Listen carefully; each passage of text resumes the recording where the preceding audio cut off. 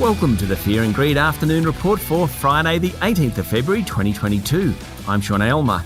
Every afternoon we bring you the 5 news items that happened today that you need to know about. Let's jump into it. Story number 1 is all about the Ukraine and what's happening on its border with Russia. There's about 150,000 Russian troops sitting near the border.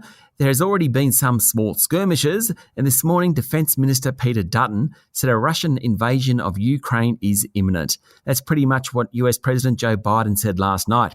It certainly rattled financial markets, more of that in a moment. It could well trigger a surge in energy prices, and Russia is a major provider of gas to Europe. Given the region is the breadbasket of the world, growing huge amounts of wheat and barley, those commodities will be hit. With the Beijing Olympic Games finishing this weekend, the world could find itself with a new war on its hands. Story number 2 is about the ASX. The S&P ASX 200 closed the day down 1% to 7,222 points, very much on nervousness about Ukraine. There was red ink everywhere, led by utilities companies and healthcare and technology stocks. Among the large caps, there was some profit-taking going on. Blood Plasma Group CSL ran hard following its earnings results on Wednesday, but it dropped 3.5% today.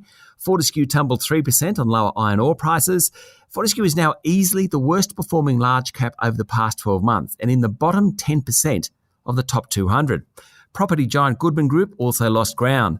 The worst performer, though, was insurer QBE, which disappointed investors despite announcing a full-year profit of $1 billion. Its share price ended down 8%. Another big loser was Origin Energy, which of course yesterday said it would close its largest coal-fired power station in the Hunter Valley in New South Wales. It finished down 7.6%. On the other side of the ledger, gold digger Newcrest recovered some of yesterday's losses, rising 2.5%, while miner South32 was up 1.8%. But the standout was Magellan Financial, up more than 18% after outlining better than expected results.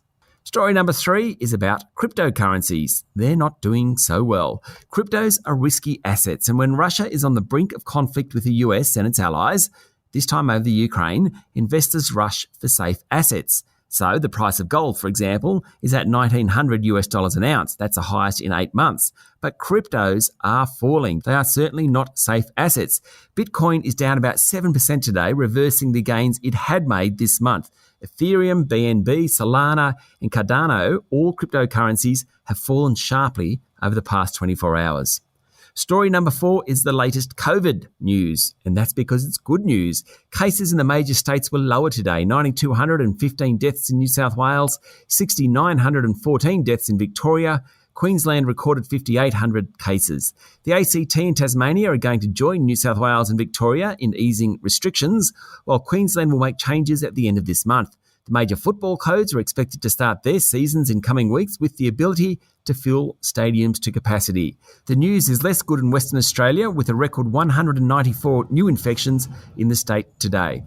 And story number 5 is about Walmart. Now, in case you don't know it, it's one of the biggest retailers in the world, at least in terms of bricks and mortar. The retailing giant is considered a bellwether of what's going on in the US economy because so many people shop there.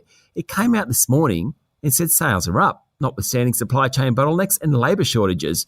Revenue for 3 months, just 3 months, was $153 billion with a B.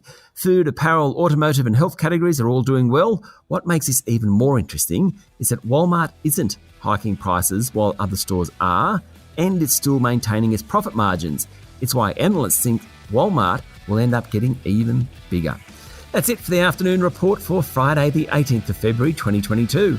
Don't forget to hit follow on the podcast and find Fear and Greed on LinkedIn, Twitter and Facebook.